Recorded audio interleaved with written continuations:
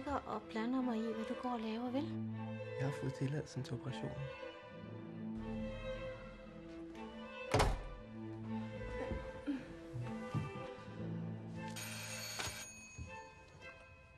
Jeg har en seng deroppe, der er gigastor, og den står lidt forkert, så jeg tænkte på, om du var frisk.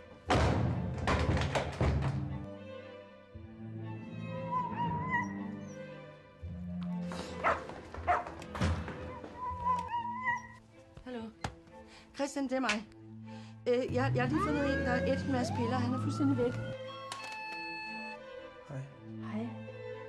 Jeg vil gerne gøre gengæld. Så hvis jeg tager mit liv, så kommer du og passer min hund?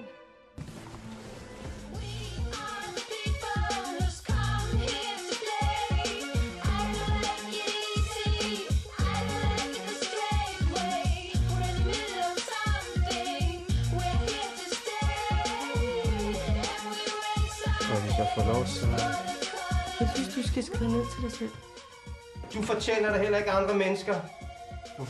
Hvorfor er du så bange for kærlighed? Nix, du er fuld, det gider jeg ikke.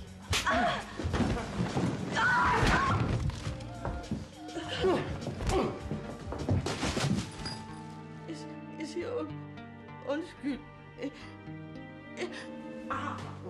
Sent forstået.